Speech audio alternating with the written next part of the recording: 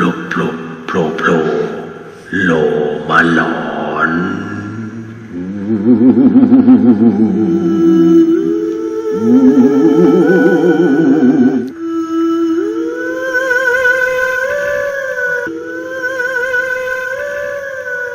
เอาละจ้าสำหรับเรื่องราวต่อไปนี้ฮะน้องๆครับให้ฟังหูไว้หูแล้วก็ใช้วิจารณญาณทุกครั้งอย่าเชื่อนะในสิ่งที่พี่เดียวกำลังจะเล่าเป็นนิยายแล้วกันนะครับเรื่องนี้ฮะเกิดขึ้นบนถนนบายพาสแห่งหนึ่งนะฮะ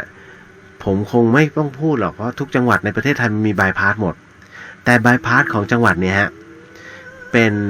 บายพาสที่เหล่าสิงห์มอเตอร์ไซค์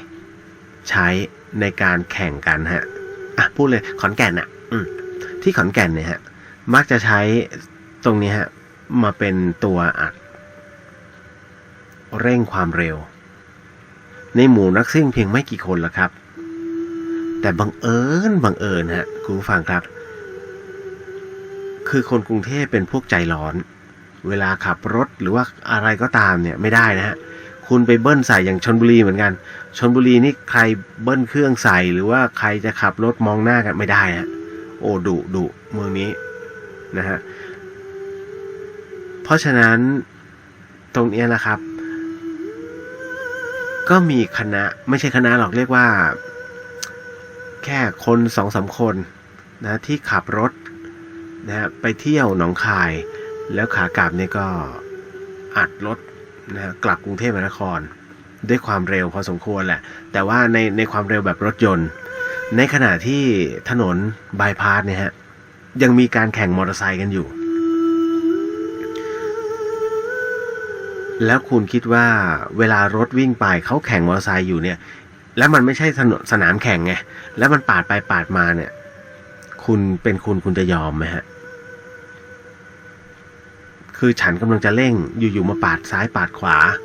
แข่งกันแล้วทำให้เราเสียเวลาด้วยก็แน่นอนฮะมันต้องเป็นไปตามนั้นความหมั่นไส้เลยเกิดขึ้นกับคนที่ขับรถเก่งฮะเขาไม่ได้คิดอะไรมากแค่ขับตามที่เขาต้องทำโดยรีบให้ถึงจุดหมายให้เร็วที่สุดนั่นคือกรุงเทพมหานครก็อัดเต็มที่เลยในจังหวะนั้นเองฮะในขณะที่อัดเต็มที่เนี่ยปรากฏว่าล้อหลังนะฮะล้อหลังข้างซ้ายกับล้อหน้าข้างขวาเนี่ยมันสะบัดฉลับนิดเดียวฮะไปโดนเหมือนไปโดนหรือว่ามอเตอร์ไซค์เนี่ยไม่ทราบเหมือนกันมาโดนทั้งสองข้างพร้อมกันเลยฮะทำให้มอเตอร์ไซค์ด้านหน้าเนี่ยล้มด้วยมอเตอร์ไซค์ด้านหลังเนี่ยก็ล้มแต่ว่าล้มออกทางด้านที่รถไม่ได้วิ่งหัวนอกพื้นฮะส่วนอีกคันหนึ่งนะฮะล้มเหมือนกันแต่อันนี้ล้มเสร็จปุ๊บมันเหมือนกับว่าอะไรสักอย่างหนึ่งมันเข้าไปในใต้ท้องรถดังกึกรถคันนี้ไม่หยุดนะฮะเขาขับยาวเลยปล่อยให้สองร่างนั้นนอนอยู่กลางถนนไม่รู้ว่าจะพูดยังไงดีว่าจะเขาทำถูกหรือเขาทำผิดก็ไม่รู้นะฮะหลังจากที่ถึงสระบุรีฮะแวะปั๊มตรงนั้นจะมีปั๊มล้างรถตลอด24ชั่วโมงครับเขาจอดเตรียมที่จะล้างรถแต่ตัวเองจะไปเข้าห้องน้ำก่อนในขณะที่คนอีก2คนเนี่ยซึ่งอยู่ในรถเห็นเหตุการณ์ทั้งหมดก็ไปเข้าห้องน้ำครับตัวเขาก็เดินยืนสำรวจรถว่ามันบุบตรงไหนบ้างเตรียมเรียกประกันสักพักหนึ่งฮะเขาก็ก้มดูล้อหน้าขวากับล้อหลังซ้ายมีสีถลอกบ้างเล็กน้อยแต่ก็ไม่มีอะไรเลอะเทอะพอเห็นไม่มีอะไรเลอะเทอะปุ๊บก็ไม่ล้างทุกคนกลับสู่บ้านฮะคอนโดของตัวเองนั่นแหละนะฮะและเพื่อนอีกคนหนึ่งนะฮะก็คือเขาอยู่ด้วยกัน2 คนนะและเพื่อนอีกคนหนึ่งก็ถือว่า มานอนพักที่คอนโดก็ปรากฏว่าพอจอดรถปุ๊บ2 คนเนี่ยขนของขึ้นไปไอ้คนขับพอก้าวลงจากรถปุ๊บปิดประตูปึ้งเสียงดังแปะก็ก้มไปดูฮะที่พื้นสิ่งที่เขาเห็นนะฮะเป็นนิ้วมือฮะนิ้วมือที่มันคาอยู่ไม่รู้คาอยู่ตรงไหนของส่วนรถแต่อยู่ๆเนี่ยมันก็ล่วงแปะลงมาแล้วก็ทำไงเขาก็เอาเท้าเตะทิ้งวันต่อมาหนังสือพิมพ์ลงข่าวว่าซิ่งเสียชีวิตนะฮะ1 คนนะบาดเจ็บ1 คนแต่วันนั้นมันมีข่าวเยอะเป็นข่าวหัวข้อย่อย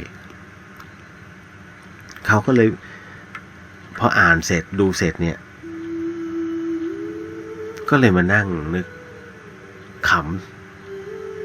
ำกึ่งสมน้ำหน้าเราวิ่งของเราอยู่ดีแล้วอยู่ๆมาขับรถปาดวันเวลาเนี่ยก็ผ่านไปแต่ไม่ได้ผ่านไปนานหรอกครับ 4-5 วันเท่านั้นแหละครับหลังจากวันเวลานั้นมันผ่านไปเนี่ยคืนนั้นเองเนี่ยไอ้น้องคนเนี้ยผมให้ชื่อว่าน้องไก่ไอ้เจ้าไก่เนี่ยคนขับรถเนี่ยมันก็ออกมาจิบกาแฟริมระเบียงคอนโดฮะมองดูวิวสักพักหนึ่งฮะเสียงลมก็ตีผ่านช่องกระจกฮะดังวืดเขาก็หันไปมองเฮ้ยเสียงมันน่ากลัวเขาก็มองไปข้างในห้องด้วยคือภูมิใจไงห้องตัวเองอยู่ชั้นสูงก็มองชื่นชมวิวไปด้วยมือก็ถือโทรศัพท์ไปด้วยอะไรอย่างนี้เป็นต้นพอมองเข้าไปในห้องเสร็จปุ๊บเหมือนมีคนเดินเข้าไปทั้งที่ในห้องเนี่ยตอนนี้ไก่อยู่คนเดียวครับก็ว่าเฮ้ยเหมือนมีคนเดินจากห้องน้ำแล้วไปอีกที่หนึ่งเป็นผู้ชายโอ้โหเท่านั้นแหละฮะเขาก็ถือไม้เบสบอลดิวางอยู่ตรงระเบียงแหละถือมากะว่าถ้าเจอฟาดแน่นอนฮะก็ไปดูไม่มีใครคืนนั้นแฟนก็ไม่กลับไปนอนบ้านแม่ไอ้ไก่ต้องนอนคนเดียวครับในขณะที่มันนอนอยู่เนี่ยเสียงโทรศัพท์ดังขึ้นครับเขาก็รับโทรศัพท์นั้นบอกว่าจากรปภฮะบอกว่าขอประทานโทษครับบังเอิญว่ามีน้องนะฮะเขาบอกว่าเขาลืมของไว้ในห้องของคุณนะฮะไม่ทราบว่าจะให้น้องเขาขึ้นไปค้นไหมครับเพราะว่าคำว่าค้นนี่ไม่เอาสิกลัวข้าวของเสียหายกระจายแล้วก็ไม่รู้ด้วยว่าใครเขาก็ไม่อนุญาตก็วางหูไปสักพักหนึ่งฮะเสียงโทรศัพท์ก็ดังขึ้นอีกฮะไก่ก็เลยถามตกลงนี่เขาเป็นใครฮะลองช่วยถามให้ผมหน่อยบอกว่าเขามาจากขอนแก่นเขาจะมาเอาของน่าจะอยู่บนห้อง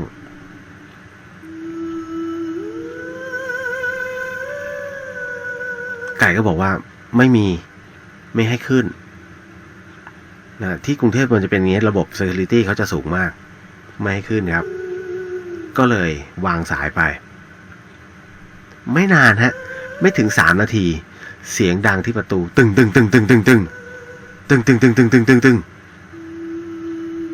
ไอ้ไก่ก็ออกไปเลยฮะแล้วดูตรงตาแมวไงนะฮะไอ้ตรงช่องรูเขาเรียกตาแมวก็มองดูเห็นเป็นเด็กนะฮะใส่เสื้อสีเหลืองนะฮะแล้วมีเสื้อกั๊กทับอยู่ส่วนกางเกงก็เป็นกางเกงยีน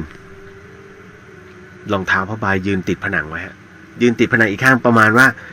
มึงจะดูตรงนี้ก็ให้เห็นนะกูเต็มร่างก็ดูพอเสร็จปุ๊บพอเปิดประตูไปไก่ก็ถือไม้เบสบอลแล้วมันก็บอกมึงต้องการอะไร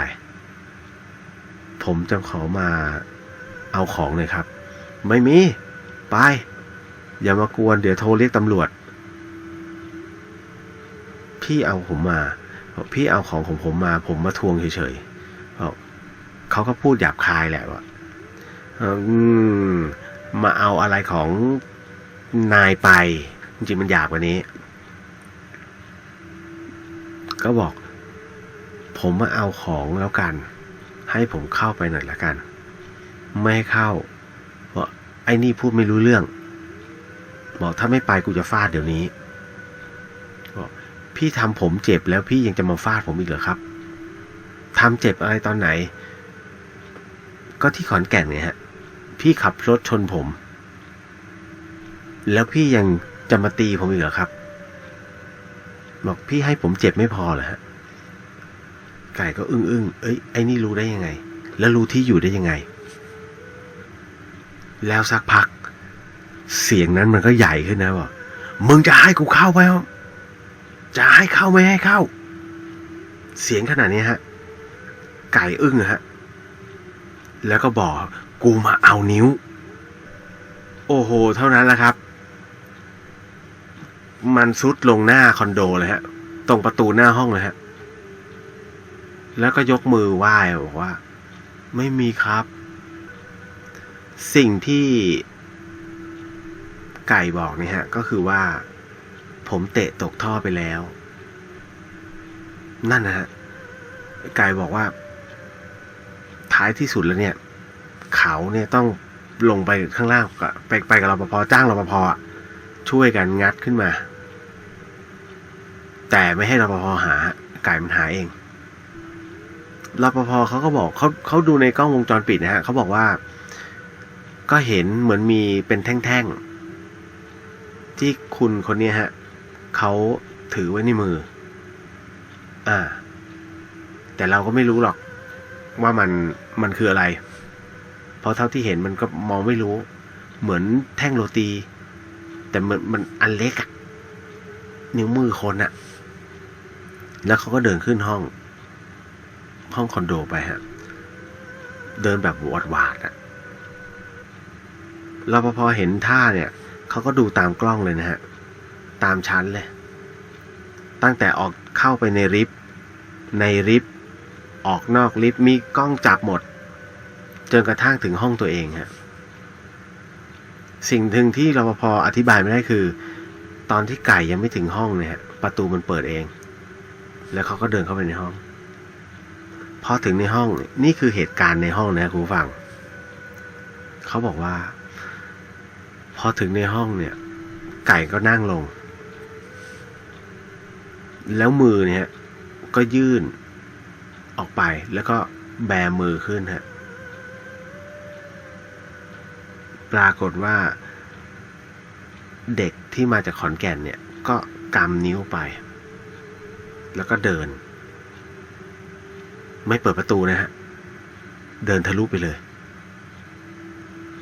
โอ้โหไก่แทบน้ำลายฟูมปากเหมือนจะโดนยาเบื่อร้องไห้เลยฮะเสียสติเลยอะโอ้นั่นคือสิ่งที่แบบว่ามันเกิดขึ้นกับคนคนหนึ่งที่